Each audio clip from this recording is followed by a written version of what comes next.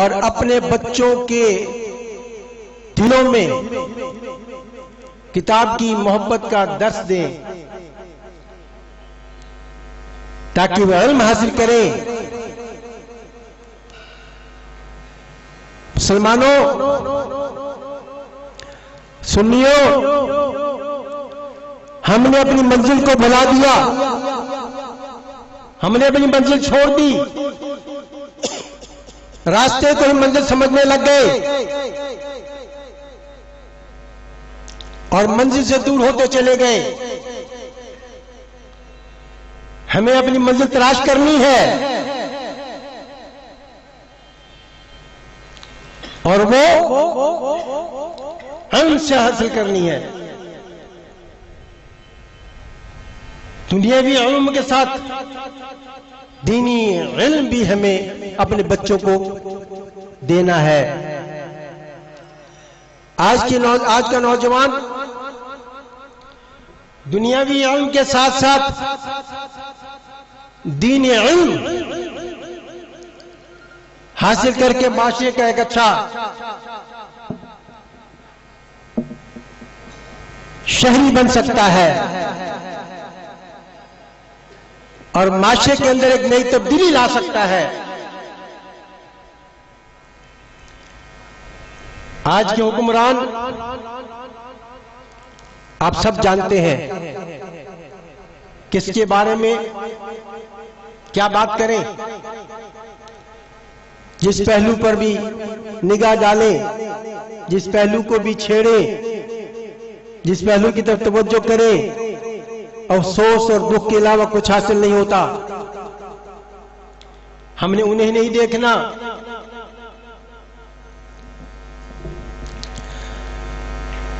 ہم نے اپنے آپ کو دیکھنا ہے۔ اپنے اختلافات بھلا دیجئے، ذاتی انانیت سے باہر آ جائیے، مسئلے کے حق کی فکر کیجئے، اہل سنت و جماعت کی فکر کیجئے، نظریہ اعلی حضرت کی فکر کیجئے، غور و فکر کر کے ایک پلیٹ فارم پر آ جائیے تاکہ ہم سنی عوام اور سنی علماء جو بکھرے ہوئے ہیں، بکھرتے جا رہے ہیں، دوبارہ ہاتھوں میں ہاتھ ڈال کر ایک بند مٹھی کی طرح اکٹھے ہو جائے اور اغیار کو یہ بتا دے کہ سنی زندہ ہے اور یہ بکنے والا نہیں ہے، یہ ناموس رسالت پر مرنے والا ہے، جان دینے والا ہے، اپنے جسم کا لہو کا ایک ایک قطرہ ناموس رسالت پر قربان کرنے والا، بہانے والا ہے۔ یہ اس وقت ہوگا جب ہوگا جب ہم اپنی انانیت کو چھوڑ کر یہ میرا پیر، یہ تیرا پیر، یہ فلانا پیر، یہ فلانا پیر، اپنے پیروں کو اپنی جگہ پر رکھیں، ان کی عزت کیجئے، ان کا مقام کو پہنچائیے، احترام کیجئے، لیکن جب مسلک کی بات آ جائے تو ہمیں ایک پلیٹ فارم پر اکٹھا ہونا چاہیے۔ یہی میرے مرشد کریم نے محترم اعظم پاکستان علیہ الرحمہ نے یہ پیغام ہمیں دیا تھا اور یہ پیغام ان کا ہے۔ اگر ہمیں ان سے محبت ہے، عقیدت ہے، تو ہمیں ان کے بتائے ہوئے ان کے ارشادات و فرمودات پر ہمیں بھی عمل کرنا چاہیے، ہمیں فکر کرنی چاہیے۔ ہم کرامات تو بیان کرتے ہیں، بزرگوں کی، مودی صاحب پاکستان کی بے حساب کراماتیں ہیں، ان کرامات کا ذکر تو بہت ہے، وہ میں بھی کر سکتا ہوں، لیکن خالی کرامات سے وہ جو مشن تھا وہ مشن پورا نہیں ہو رہا۔ اگر ہمیں محب صدر پاکستان سے محبت ہے، عقیدت ہے، تو ان کے ارشادات و فرمودات پر ہمیں عمل کرنا ہوگا، ہمیں ثابت کرنا ہوگا کہ جو تعلیم محب صدر پاکستان نے ہمیں دی ہے عشق رسول کی، وہ ہمارے جسم کے روئے میں موجود ہے. اس چیز کو آپ سب احباب سے میں گزارش کروں کہ اپنی میں کو چھوڑ دیجئے. صرف بزرگوں کی کرامات کی طرف توجہ نہ دیجئے. بزرگ کی زندگی کو پڑھیے، سنیے، غور کیجئے، فکر کیجئے کہ آج اللہ تبارک و تعالی نے انہیں جو مقام عطا فرمایا ہے وہ خالی کرامتوں کی وجہ سے نہیں، علم کی تعلیم، علم کی ترویج کی وجہ سے ہے. علم انسان کو عزت دیتا ہے. ایک عالم دین حاکم پر بھاری ہے. جب حاکم آتا ہے تب ہم نیچے بیٹھتی ہے، لیکن جب ایک عالم دین آتا ہے تو وہ اوپر بیٹھتا ہے، حاکم نیچے بیٹھتا ہے. یہ کس نے عزت دی؟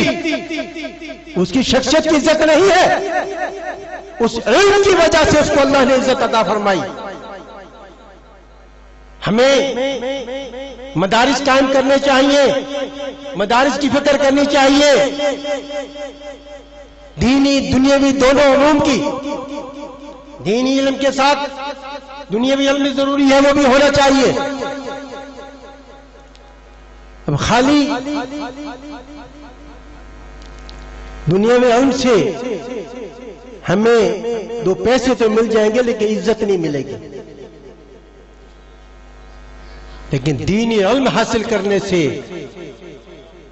دنیا بھی ملے گی، دین بھی ملے گا، اللہ بھی ملے گا، اللہ کا حبیب بھی ملے گا. ہماری دنیا بھی سمر جائے گی، آخرت بھی سمر جائے گی. اللہ تبارک و تعالی مجھے صحیح معنوں میں دین کی سمجھ عطا فرمائے اور دین کی صحیح معنوں میں خدمت کرنے کی توفیق اور ہمت عطا فرمائے. رب کریم آپ سب کا، ہم سب کا یہاں پر آنا قبول اور مقبول فرمائے اور اپنے دلوں کے اندر محبت پیدا فرمائے. اپنے دلوں سے مولا ہمارے دلوں سے بغض، عناد، حسد، رشک کو دور فرما دے. یا اللہ عزیز انکساری عطا فرما، ہمیں بڑوں کا احترام ادب کرنے کی توفیق عطا فرما اور ہمیں ایک پلیٹ فارم پر جمع ہونے کی توفیق اور ہمت عطا فرما. اہل سنت جماعت کی وقت کے اظہار کے لیے، قوت کے اظہار کے لیے میرے مرشد کریم شیخ فضل رسول حیدر رضوی رحمت اللہ تعالی علیہ نے ایک پلیٹ فارم ہمیں عطا فرمایا جو تحریک اہل سنت پاکستان کے نام سے. وہ سنیوں اپنی قوت کا اظہار کرنے کے لیے اس پلیٹ فارم سے اپنے آپ کو وابستہ کیجئے تاکہ ہم جو بکھرے ہوئے ہیں دوبارہ سے بزرگوں کے صدقے، طفیل کے قدمین مبارک کے صدقے سے ہم پھر ایک ہو جائیں، بند مٹھی کی طرح ہو جائیں. اور جب اغیار ہماری طرف دیکھے تو دیکھنے سے پہلے 10 بار سوچے کہ ہم دیکھ کس کو رہے ہیں. آج ہماری اوقات یہ ہے کہ ہمیں کوئی پوچھتا نہیں ہے، لیکن جب ہم اکٹھے ہو جائیں گے تو دوسرا کوئی بات کرنے سے پہلے 10 بار سوچے گا کہ ان کو چھیڑنا اپنے لیے مصیبت کو دعوت دینے کے مترادف ہے. اللہ تبارک تعالی ہم سب کو محدث اعظم پاکستان مرشد کریم شیخ فضل رسول حیدر رضوی کے فیضات و برکات دائمی نصیب فرمائے اور ان کے نقش قدم پر ہمیں چلنے کی توفیق و ہمت عطا فرمائے. وما توفیق الا باللہ. تشریف لاتے ہیں اظہار خیال کے لیے استاد العلماء شیخ الحدیث و تفسیر حضرت علامہ مولانا مفتی محمد فضل رسول قادری رضوی صاحب۔ بسم اللہ الرحمن الرحیم۔ الحمدللہ رب العالمین والصلاة والسلام علی سید الانبیاء والمرسلین وعلى آلہ واصحابہ المکرمین المعظمین وعلى اولیاء ملتہ وعلماء امتہ الکاملین۔ اما بعد فاعوذ باللہ من الشیطان الرجیم۔ بسم اللہ الرحمن الرحیم۔ وآخرین منہم لما یلحقوا بہم وهو العزیز الحکیم۔ صدق اللہ العلی العظیم وصدق رسولہ النبی الکریم ونحن علی ذلک لمن الشاہدین والشاکرین والحمد للہ رب العالمین۔ ذی وقار علماء کرام، مشائخ اعظام اور قرب و جوار دور دراز سے سفر کی صعوبتیں برداشت کر کے حصول فیض کے لیے آستانہ عالیہ سیدی محدث اعظم پاکستان رحمت اللہ تعالی علیہ پر حاضری کی سعادت حاصل کرنے والے سامعین حاضرین، حضور سیدنا محدث اعظم پاکستان علامہ ابو الفضل محمد سردار احمد قدس سرہ العزیز اور امام الائمہ کاشف الغمہ سراج الامہ حضرت سیدنا امام اعظم ابو حنیفہ رضی اللہ تعالیٰ عنہ آپ کے سالانہ عرس مبارک کی تقریب سعید میں یہ پہلا موقع ہے کہ نائب محدث اعظم پاکستان شمس المشائخ ہمارے شیخ طریقت سیدی مرشدی قاضی ابو الفیض محمد فضل رسول حیدر رضوی قدس سرہ العزیز آپ ظاہری اعتبار سے ہمارے درمیان تشریف فرما نہیں، لیکن یقیناً اس میں کوئی شک نہیں کہ آپ کی روحانی توجہات اسی طرح ہمارے شامل حال ہیں۔ اور جانشین شمس المشائخ صاحبزادہ والا شان قاضی ابو الفیض محمد فیض رسول حیدر رضوی دامت برکاتہم العالیہ، آپ چونکہ ایک نفیس فکر اور بلند فکر کے حامل ہیں، تو آپ نے اسی فکر کے پیش نظر یہ فرمایا کہ عوام الناس کے اندر علمی گفتگو سننے اور دینی معلومات حاصل کرنے کا ذوق و شوق پیدا ہو اور ترغیب پیدا ہو، اس لیے بندہ ناچیز کو یہ حکم دیا اور آپ کے حکم کی تعمیل میں فرمایا کہ یہ مقالہ جو ہے پڑھ کر عوام الناس کے سامنے سنانا ہے تاکہ ان لوگوں کا اس طرف رجحان پیدا ہو۔ تو یقیناً آپ کی ایک بڑی اچھی سوچ ہے۔ اللہ تبارک و تعالی آپ کا سایہ ہمارے سروں پر سلامت رکھے اور اللہ تبارک و تعالی آپ کو توفیق عطا فرمائے کہ اسی طرح آپ ہماری رہنمائی فرماتے رہیں۔ اور اس مقالہ میں چونکہ آپ نے ابھی مجھے حکم ارشاد فرمایا اور دوران سفر ہی میں نے یہ لکھا، تو اس کے اندر جو بھی غلطیاں ہوں گی یقیناً وہ فقیر کی طرف سے ہوں گی، بندہ ناچیز کی طرف سے ہوں گی، اور اگر کوئی علمی نکات ہوئے تو یقیناً وہ صاحب عرس اور صاحب مزار کا فیضان ہوگا۔ تو اس مقالے کا عنوان ہے سیدنا امام اعظم ابو حنیفہ رضی اللہ تعالیٰ عنہ بحیثیت امام اعظم۔ تو وقت کی نزاکت کو میں ملحوظ خاطر رکھتے ہوئے بلا تمہید اپنے موضوع کی طرف آتا ہوں۔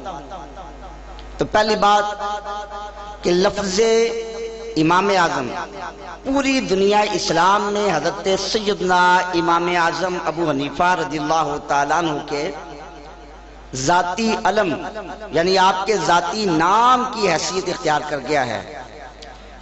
جس طرح اعلیٰ حضرت کا لفظ بولیں تو ذہن فوراً امام احمد رضا فاضل بریلوی کی طرف جاتا ہے۔ اگر محدث اعظم پاکستان کا لفظ بولیں تو ذہن فوراً ہمارے آقائے نعمت مولانا سردار احمد رحمۃ اللہ تعالی علیہ آپ کی ذات کی طرف جاتا ہے۔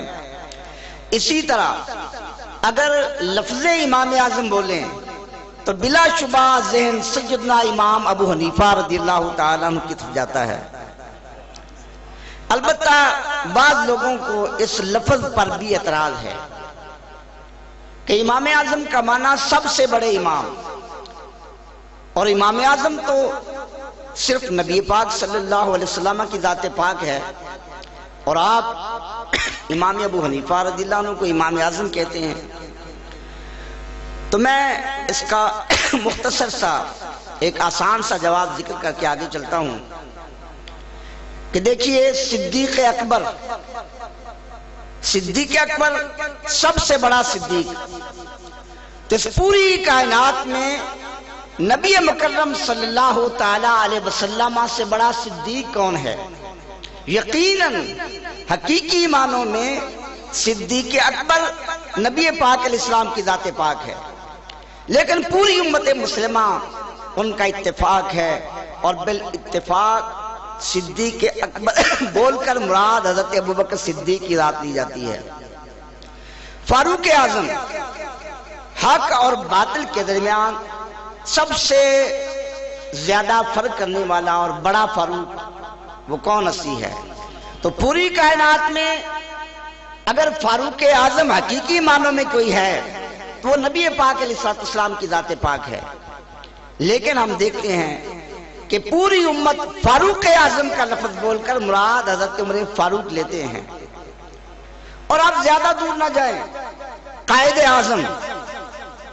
اعظم سب سے بڑا قائد، تو بتائیے کہ اس دنیا میں عالمین میں نبی پاک صلی اللہ علیہ وسلم سے زیادہ اور آپ سے بڑا قائد کون ہے؟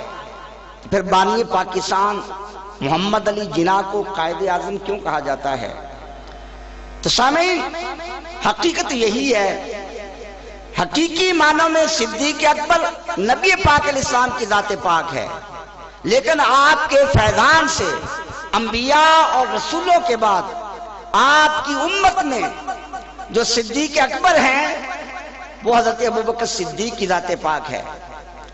اور فاروق اعظم والے وصف میں نبی پاک علیہ السلام کی امت میں اور صحابہ کرام میں جن کو شہرت حاصل ہے وہ حضرت عمر فاروق کی ذات پاک ہے۔ تحریک پاکستان کے لیڈروں میں جو سب سے بڑے لیڈر ہیں وہ بانی پاکستان محمد علی جناح ہیں، اس لیے حضرت ابوبکر کو صدیق اکبر، حضرت عمر فاروق کو فاروق اعظم اور بانی پاکستان کو قائد اعظم کہا جاتا ہے، کوئی اعتراض نہیں۔ تو بات واضح ہو گئی کہ نبی پاک صلی اللہ علیہ وسلم کی امت کے جو مجتہدین فقہا ہیں ان میں سب سے بڑے جو مجتہد اور سب سے بڑے جو فقیہ ہیں وہ حضرت سیدنا امام اعظم ابو حنیفہ رضی اللہ تعالیٰ عنہ کی ذات پاک ہے، اس لیے آپ کو امام اعظم کہا جاتا ہے۔ تو معزز سامعین، میں ایک بات کی طرف آتا ہوں کہ حضرت امام اعظم ابو حنیفہ رضی اللہ تعالیٰ عنہ آپ امام اعظم کیسے ہیں؟ اس میں بڑی تفصیل ہے، تو میں اس سلسلہ میں پہلے ایک بنیادی بات عرض کرتا ہوں کہ اس امت کے مجتہدین فقہائے کرام ائمہ میں سب سے بڑے امام اور اجتہاد اور فقہ کے اعتبار سے حضرت امام اعظم ہیں۔ تو فقہ دین اور شریعت کے جو مسائل ہیں حدیث رسول کے بغیر ان کا تصور نہیں ہے۔ اگر حدیث رسول کسی کا علم میں نہیں ہے تو وہ فقیہ نہیں بن سکتا. تو گویا جس شخص کو حدیث رسول میں مہارت نہیں وہ امام اعظم تو کیا وہ امام کہلانے کا بھی مستحق نہیں ہے. تو اسی بات کو لے کر جو مخالفین ہیں انہوں نے حضرت سیدنا امام اعظم ابو حنیفہ رضی اللہ تعالیٰ عنہ آپ کی ذات کو نشانہ اعتراض بنایا اور یہ مشہور کر دیا کہ امام اعظم ابو حنیفہ رضی اللہ تعالیٰ عنہ کو صرف 17 حدیثیں یاد تھی. تو معزز سامعین یہ بالکل واضح کی بات ہے کہ جس شخص کا تعلق اس طبقہ سے ہوگا جس کے متعلق قوم لا یعقلون کا لقب مشہور ہے، عقل سے جو خالی ہیں اور جو کسی امام کی تقلید کو شرک اور ناجائز کہتے ہیں مگر اپنے مولوی کی تقلید کو عین ایمان قرار دیتے ہیں، جب وہ ان کے ذہنوں میں یہ بات بٹھا دیں گے کہ حضرت امام ابو حنیفہ رضی اللہ تعالیٰ عنہ کو تو صرف 17 حدیثیں یاد تھیں، تو وہ تو یہی سوچیں گے کہ یہ تو مفتی کہلانے کے بھی حقدار نہیں، امام اعظم کیسے بن گئے. تو یہ ایک عام مغالطہ ہے جو لوگوں کے ذہنوں میں بٹھایا جاتا ہے. تو اس سلسلے میں اس کا جواب بھی بالکل سادہ اور آسان سا ہے. ایک عام جواب جس کو ہر ذی شعور شخص تسلیم کرے گا وہ یہ ہے کہ حضرت سیدنا امام اعظم ابو حنیفہ رضی اللہ تعالیٰ عنہ آپ قرآن مجید، حدیث رسول، اجماع امت اور قیاس ان چاروں دلائل کی روشنی میں آپ فقہی احکام مرتب فرماتے تھے. آپ نے اپنی زندگی میں اپنے شاگردوں کی ایک عظیم جماعت تشکیل دی جس میں بڑے بڑے فقہا محدثین تھے. آپ نے ان کو لاکھوں مسائل لکھوائے اور آپ کی زندگی میں ان مسائل کو مرتب کیا گیا. ایک ایک مسئلہ پر جتنی احادیث ملتی آپ سب کو جمع کرواتے. اپنے شاگردوں مثلا قاضی امام ابو یوسف رحمۃ اللہ تعالی علیہ ان جیسے فقہا کو آپ روانہ فرماتے محدثین کے پاس. وہ حدیث کی تلاش کر کے آپ کے پاس حاضر ہوتے اور ایک ایک حدیث پر پھر امام اعظم ابو حنیفہ رضی اللہ عنہ کی نگرانی میں بحث مباحثہ کیا جاتا. اس کے بعد ان سے مسائل اخذ کر کے اس کو فقہ حنفی میں درج کیا جاتا. اب یہ فقہ حنفی کا طرز ہے اور آج بھی اگر کوئی فقہ حنفی کا مفتی بلکہ کسی بھی فقہ کا مفتی جو ہے اگر وہ فتویٰ لکھتا ہے تو اس کے سامنے بہت سی حدیث ہوتی ہیں. حضرت امام اعظم ابو حنیفہ رضی اللہ تعالیٰ عنہ جنہوں نے لاکھوں مسائل مرتب کر کے ہمیں دیے تو آپ اندازہ لگائیں کیا ان کو 17 حدیثیں یاد ہوگی؟ حضرت امام اعظم ابو حنیفہ رضی اللہ تعالیٰ عنہ آپ نے کل کتنے مسائل مرتب کیے اس کے متعلق مختلف اقوال ہیں. علامہ خوازمی رحمۃ اللہ تعالی علیہ انہوں نے لکھا کہ امام اعظم رضی اللہ عنہ نے 83,000 مسائل مرتب کیے. لیکن امام احمد بن مکی الموفق جنہوں نے المناقب لکھی آپ نے لکھا کہ امام اعظم ابو حنیفہ رحمۃ اللہ علیہ نے 5 لاکھ مسائل مرتب کیے. اور دونوں اقوال کو جمع کر کے یوں کہا جا سکتا ہے کہ ابتدا میں مسائل کی تعداد 83,000 ہوئی اور پھر آپ کی آخری عمر میں ان مسائل کی تعداد 5 لاکھ تک پہنچ گئی. اب آپ جانیے آج چند مسئلے بتانے والا مفتی وہ احادیث کو جانتا ہے اور جس امام نے بنیادی طور پر 5 لاکھ مسائل امت کو عطا کر دیے کیا ان کو صرف 17 حدیثیں یاد تھی؟ کیا اس کو کوئی عقل مند تسلیم کرے گا؟ تو پھر اعلیٰ حضرت امام اہل سنت اور سیدی محدث اعظم پاکستان کی زبان میں ہم یہ کہنے پر مجبور ہوں گے ہم قوم لا یعقلون کہ ایسا اعتراض کرنے والے ان کی کھوپڑی میں دماغ کا نام و نشان تک نہیں ہے، عقل سے یاری ہیں. حضرت سیدنا امام اعظم ابو حنیفہ رضی اللہ تعالیٰ عنہ آپ کے عظیم شاگرد امام محمد رحمۃ اللہ تعالیٰ علیہ آپ نے المبسوط نامی کتاب لکھی. ایک یہودی اسکالر نے جب اس کتاب کو دیکھا اس نے کہا کہ کیا یہ مسلمانوں کے نبی محمد صلی اللہ علیہ وسلم کی لکھی ہوئی کتاب ہے؟ علماء نے بتایا کہ نہیں، یہ تو ان کے غلاموں کے غلاموں کے غلام امام اعظم کے شاگرد امام محمد نے کتاب لکھی ہے. اس یہودی نے کہا اگر چھوٹے محمد کی یہ شان ہے، بڑے محمد کا مقام کیا ہوگا؟ فوراً پڑھا لا الہ الا اللہ محمد رسول اللہ اور مسلمان ہو گیا. اب اسی بات کو ایک اور زاویے سے دیکھیں. جو لوگ کہتے ہیں کہ امام اعظم ابو حنیفہ رضی اللہ عنہ کو 17 حدیثیں یاد تھیں، ان سے پوچھئے کہ حدیث میں امام اعظم کے استاد کتنے تھے، تو جواب ملے گا کہ حدیث میں امام اعظم کے 4000 استاد تھے. آج کوئی شخص ایک مولوی سے چند حدیثیں پڑھ کر خود کو وقت کا محدث کہلانے لگتا ہے، اور 4000 عظیم محدثین کا یہ عظیم شاگرد، کیا ان کو صرف 17 حدیثیں یاد تھی؟ اور سیدنا امام اعظم ابو حنیفہ رضی اللہ عنہ کے یہ استاد کوئی عام استاد نہیں تھے. ان میں صحابی رسول حضرت انس بن مالک، صحابی رسول حضرت عبداللہ بن ابی اوفا، حضرت ابراہیم نخعی، حضرت حماد بن سلیمان، حضرت عطا بن ابی رباح، حضرت ہشام بن عروہ، حضرت امام حسن بصری رحمۃ اللہ تعالیٰ عنہ جیسے عظیم محدثین شامل تھے. اور پھر امام اعظم ابو حنیفہ رضی اللہ عنہ کی حدیث میں جو شاگرد ہیں ان کی تعداد بھی ہزاروں تک ہے. قاضی امام ابو یوسف، امام محمد اور امام بخاری جو امیر المؤمنین فی الحدیث ہیں، ان کے استاد امام بلخ مکی بن ابراہیم وہ بھی امام اعظم کے شاگرد ہیں. تو امام بخاری کے جو استاد ہیں امام مکی، ان کے متعلق اسماعیل بن بشیر وہ بیان کرتے ہیں کہ ایک دن وہ حدیث پڑھا رہے تھے. امام بخاری کے استاد وہ حدیث پڑھا رہے تھے، تو حدیث پڑھاتے ہوئے انہوں نے کہا حدثنا ابو حنیفہ تھا، کہ ہم سے یہ حدیث ہمارے استاد امام ابو حنیفہ نے بیان کی. تو ان کے شاگردوں میں ایک شخص بیٹھا ہوا تھا جو امام اعظم کی فقاہت کو، امامت کو تسلیم نہیں کرتا تھا. اس نے کہا حدثنا عن ابن جریج ولا تحدثنا عنہ، کہ امام اعظم کی حدیث نہ سناؤ، ابن جریج کی روایتیں ہمیں بیان کرو. جب امام بخاری کے استاد امام مکی نے یہ سنا، جلال میں آ گئے اور فرمانے لگے انا لا نحدث السفہاء وحرمت علیک ان تکتب عنی فلم یحدث. فرمایا کہ ہم بے وقوفوں سے حدیث بیان نہیں کرتے، اور تجھ پر حرام ہے کہ آج کے بعد میری طرف سے کوئی حدیث بیان نہیں کرنا. اور فرمایا کہ جب تک اس کو وہاں سے اٹھا نہیں دیا گیا آپ نے آگے حدیث بیان نہیں کی.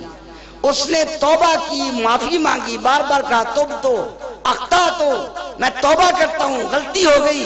لیکن انہوں نے فرمایا کہ نہیں، یہاں بیٹھنے کی اجازت نہیں ہے. جب وہ کھڑا ہو گیا اس کو اٹھا دیا گیا. اس کے بعد آپ نے آگے سبق شروع کیا، فرمایا حدثنا ابو حنیفہ تھا. اب حضرات گرامی ذرا غور کیجئے، جس امام کی حدیث میں اتنے بڑے بڑے شاگرد ہیں، تو ان کے متعلق یہ کہنا کہ ان کو صرف 17 حدیثیں یاد تھیں، بلکہ ان کو اگر ہم امام اعظم کا لقب نہیں دیں گے تو اور کیا لقب دیں گے. اب میں سیدنا امام اعظم ابو حنیفہ رضی اللہ تعالیٰ عنہ کے حدیث کے اعتبار سے امام اعظم ہونے پر ایک علمی دلیل ذکر کرتا ہوں. جیسا میں نے پہلے عرض کیا کہ فقہ میں امام اعظم ہونے کا مدار اس پر ہے کہ وہ حدیث میں بھی امام اعظم ہوں. اب حضرت سیدنا امام اعظم ابو حنیفہ رضی اللہ عنہ کو جب امام اعظم کہا گیا تو یقیناً وہ حدیث میں بھی امام اعظم کے درجے پر فائل ہیں.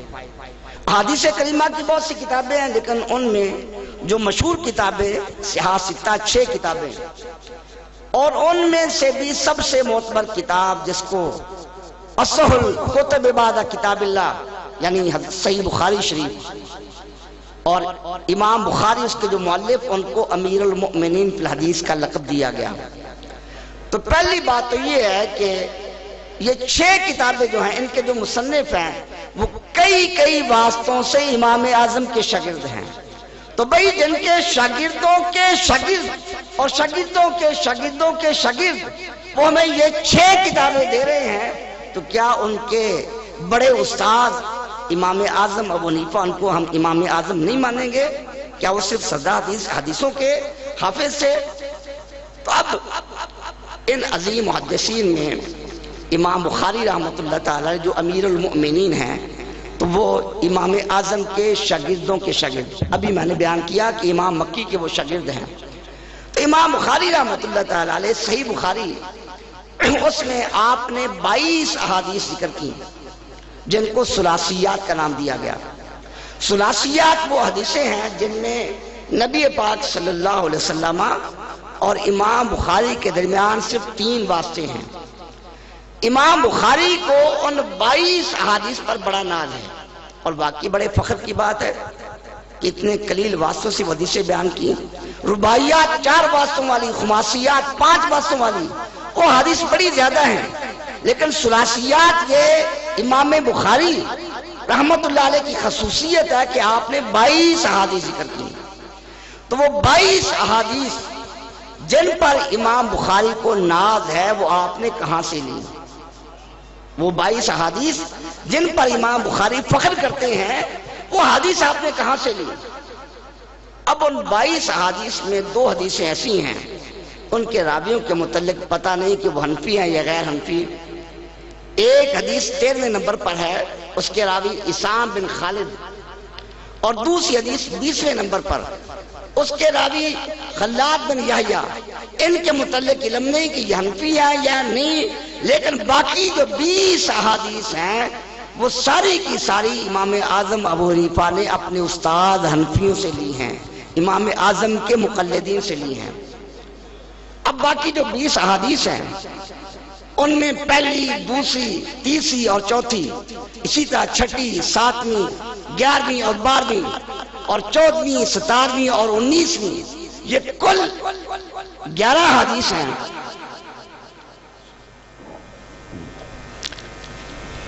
ان کے راوی حضرت امام مکی بن ابراہیم جو حنفی ہیں اور امام اعظم کے شاگرد اور آپ کے انتہائی عقیدت مند ہیں، ان کا پہلے ذکر ہو چکا۔ اب ثلاثیات میں 5ویں، 8ویں، 9ویں، 15ویں، 18ویں اور 21ویں، یہ 6 ثلاثیات ہیں۔ ان کے راوی ابو عاصم نبیل یہ بھی حنفی ہیں اور یہ سیدنا امام اعظم کے شاگرد ہیں۔ اور 3 ثلاثیات یعنی 10ویں، 16ویں اور 20ویں، یہ تینوں محمد بن عبداللہ انصاری سے مروی ہیں، اور محمد بن عبداللہ انصاری امام اعظم ابو حنیفہ رحمۃ اللہ علیہ کے شاگرد، قاضی ابو یوسف اور امام ظفر کے شاگرد ہیں۔ تو خلاصہ یہ ہوا کہ 22 احادیث جو ثلاثیات جن پر امام بخاری کو ناز ہے، ان میں سے 20 احادیث ایسی ہیں جو امام اعظم ابو حنیفہ رضی اللہ تعالیٰ عنہ کے ماننے والے آپ کے مقلدین حنفیوں سے امام بخاری نے حاصل کی ہیں۔ تو معزز سامعین، اب ایک اور عام بات ذکر کروں اسی حوالے سے، حدیث کے حوالے سے، کہ امام بخاری رحمۃ اللہ تعالی علیہ آپ نے 3 واسطوں والی یعنی ثلاثیات روایات ذکر کی، ان پر آپ کو بڑا ناز ہے، لیکن ہمارے امام کی شان کیا ہے؟ امام الائمہ کاشف الغمہ آپ کی روایات اور بیان کردہ حدیث سنائی بھی ہیں اور بہدانی بھی ہیں، یعنی امام بخاری جن پہ ناز کرتے ہیں وہ 3 واسطوں والی ہیں، اور امام اعظم جو روایات کرتے ہیں ان میں 2 واسطے بھی ہیں اور 1 واسطے والی بھی ہیں۔ ایک تحقیق کے مطابق 2 واسطوں والی روایات جو امام اعظم نے بیان کی ان کی تعداد 22 ہے، اور جو 1 واسطے والی یعنی وحدانی ہے ان کی تعداد 16 ہے۔ تو اب امام اعظم ابو حنیفہ رضی اللہ تعالیٰ عنہ اور نبی پاک صلی اللہ علیہ وسلم کے درمیان یا تو 2 واسطے ہیں یا پھر 1 واسطہ ہے، کہ امام اعظم رضی اللہ تعالیٰ عنہ صحابی رسول سے حدیث بیان کرتے ہیں اور صحابی رسول نبی پاک صلی اللہ علیہ وسلم سے وہ حدیث بیان کرتے ہیں۔ تو جو لوگ یہ کہتے ہیں کہ امام اعظم ابو حنیفہ رضی اللہ تعالیٰ عنہ کو صرف 17 حدیثیں یاد تھیں، تو 22 ثلاثیات پر ناز کرنے والے سیدنا امام بخاری رحمت اللہ تعالیٰ علیہ ان کو تو ہم امیر المومنین فی الحدیث مان لیتے ہیں، تو کیا وہ ہستی جن سے امام بخاری حدیثیں لے رہے ہیں ان کو ہم امام اعظم نہیں کہیں گے؟ اب میں اختتام کی طرف جا رہا ہوں۔ سیدنا امام اعظم ابو حنیفہ رضی اللہ تعالیٰ عنہ، آپ کی علم حدیث میں مہارت روایت کے اعتبار سے بھی ہے اور درایت کے اعتبار سے بھی ہے۔ روایت سے مراد ہے کہ احادیث کریمہ کے الفاظ کو یاد کر کے ان کو آگے بیان کرنا۔ درایت سے مراد ہے کہ تمام علوم و فنون کے قواعد اور ضوابط کو سامنے رکھتے ہوئے، عقل اور قیاس کے تقاضوں کو پیش نظر رکھتے ہوئے پھر احادیث کا صحیح مفہوم بیان کرنا۔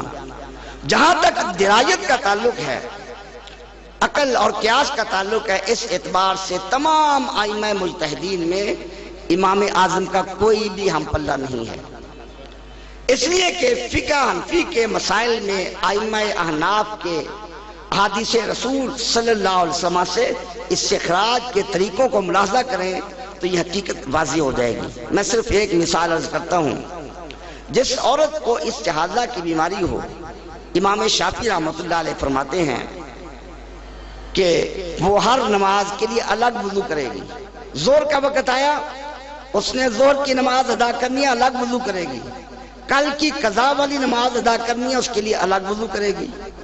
مگر ہمارے امام اعظم فرماتے ہیں کہ ایک ہی وضو کافی ہے۔ اب دلیل کیا ہے؟ امام شافعی رحمۃ اللہ تعالی علیہ وہ فرماتے ہیں کہ نبی پاک صلی اللہ علیہ وسلم کے ارشاد پاک ہے، المستحاضۃ تتودع عند کل صلاۃ، کہ نبی پاک صلی اللہ علیہ وسلم نے فرمایا کہ استحاضے والی عورت ہر نماز کے لیے الگ وضو کرے۔ ان الفاظ کی بنیاد پر امام شافعی رحمۃ اللہ علیہ نے یہ فتویٰ دیا۔ اب ہمارے امام اعظم ابو حنیفہ رضی اللہ تعالیٰ عنہ، آپ نے درایت کے اصولوں کو پیش نظر رکھا۔ آپ نے فرمایا کہ حدیث میں اندہ کے لفظ ہیں اور اندہ کا معنی وقت بھی آتا ہے، تو حدیث کے اندر یہ معنی بھی ہو سکتا ہے کہ ہر نماز کے وقت ایک وضو کر لیا جائے۔ اور پھر آپ نے فرمایا کہ ایک روایت میں حدیث کے الفاظ یہ ہیں، المستحاضۃ تتودع لوقت کل صلاۃ۔ اس حدیث میں خود وقت کے لفظ آ گئے، تو ایک حدیث ہے مفسر جس میں تفسیر کر دی گئی اور اندہ والے معنی کی وضاحت کر دی گئی۔ تو امام اعظم ابو حنیفہ رضی اللہ تعالیٰ عنہ نے ان تمام احادیث کو سامنے رکھا، قیاس کو سامنے رکھا، عقل اور درایت کے اصولوں کو سامنے رکھا، اور آپ نے فتویٰ دیا کہ ایسی بیماری والی عورت ایک وضو کر لے، اس وقت کے اندر جتنی نمازیں چاہے ادا کر سکتی ہے۔ تو یہ گہرائی اگر پائی جائے گی تو امام اعظم ابو حنیفہ رضی اللہ تعالیٰ عنہ آپ کی فقہ میں پائی جائے گی۔ اب اگر روایت حدیث کے اعتبار سے دیکھا جائے تو بظاہر جو فقہاء احناف ہیں ان کی خدمات ظاہری طور پر نظر آتا ہے کہ اتنی نہیں ہیں، لیکن حقیقت یہ ہے کہ روایت حدیث کے میدان میں بھی امامت کا سہرا اگر کسی کے سر پر ہے تو وہ حضرت امام اعظم ابو حنیفہ کی ذات پاک ہے، کیونکہ صحاح ستہ کے جو مؤلفین ہیں اگرچہ وہ حنفی نہیں ہیں، لیکن میں نے عرض کیا کہ وہ کئی واسطوں سے امام اعظم کے شاگردوں میں شامل ہیں۔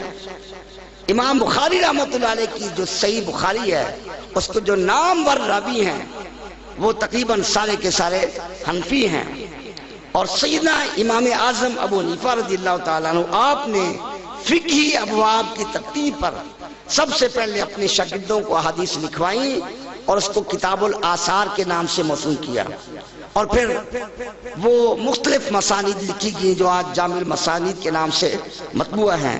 حضرت سیدنا امام مالک رحمۃ اللہ تعالیٰ علیہ، انہوں نے بھی امام اعظم ابو حنیفہ رحمۃ اللہ علیہ سے خوشہ چینی کرتے ہوئے موطا امام مالک کی تعلیف فرمائی۔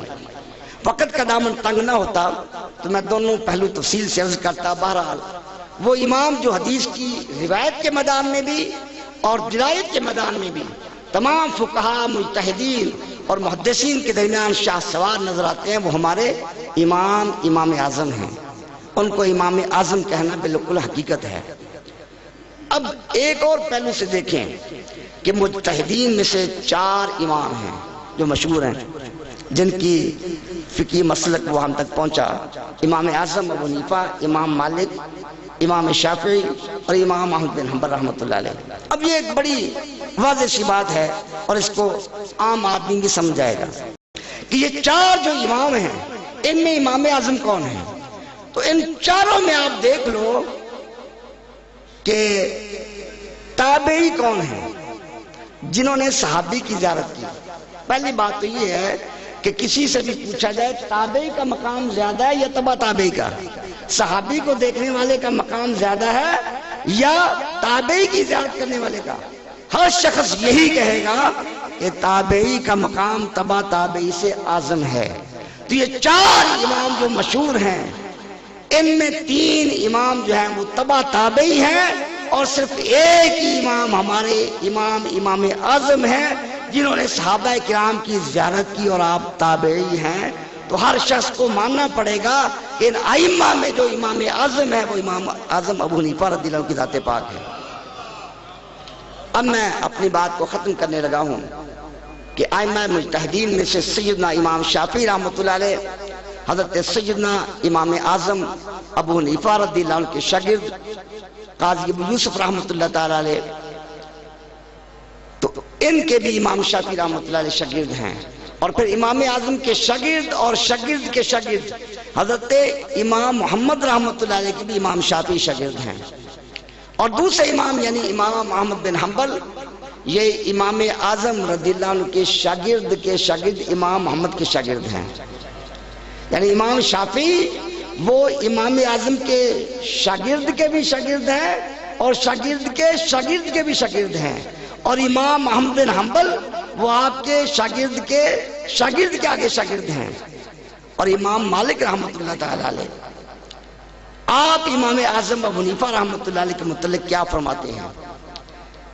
آپ کے شاگرد امام شافعی نے امام مالک رحمۃ اللہ علیہ سے یہ عرض کیا کہ حضور ارشاد فرمائیں امام اعظم ابو حنیفہ کے متعلق آپ کی رائے کیا ہے؟ تو امام مالک رحمۃ اللہ تعالی علیہ آپ نے فوراً جواب دیا، فرمایا کہ لم ارا مثلہ اللہ لو قال ان الاسطوانۃ من ذهب لا قام الدلیل القیاسی علی صحت قولہ۔ فرمایا کہ امام اعظم کی مثل میں نے کوئی نہیں دیکھا، فرمایا اللہ کی قسم امام اعظم ابو حنیفہ کے علم کی شان یہ تھی، سامنے جو ستون نظر آ رہا ہے، اگر امام اعظم اپنے علم کے زور پر، قیاس کے زور پر ثابت کرنا چاہتے یہ ستون سونے کا ستون ہے تو وہ ثابت کر سکتے تھے۔ تو یہ سارے کے سارے امام جو ہیں وہ تو امام اعظم کے شاگرد ہیں، یا آپ کی شان بیان کر رہے ہیں، آپ کو بے مثل قرار دے رہے ہیں۔ اس لیے ہم یہ کہنے میں حق بجانب ہے کہ اگر امام اعظم کے لقب کے مستحق ہیں ائمہ مجتہدین میں تو وہ ہمارے امام اعظم ہیں۔ سراج تو ہے بغیر تیرے جو کوئی سمجھے حدیث و قرآن، پھرے بھٹکتا نہ پائے رستہ امام اعظم ابو حنیفہ، وما علینا الا البلاغ المبین۔ گرامی قدر، آج کی اس نورانی متبرک محفل پاک میں ہمارے درمیان محدث اعظم ساؤنڈ اور مووی کیسٹ سیڈیز کے حوالہ سے، ارشد مارکیٹ جنگ بازار اس کے حوالہ سے آپ حضرات بھی ہمیشہ یاد رکھیں۔ ارشد مارکیٹ جنگ بازار فیصل آباد۔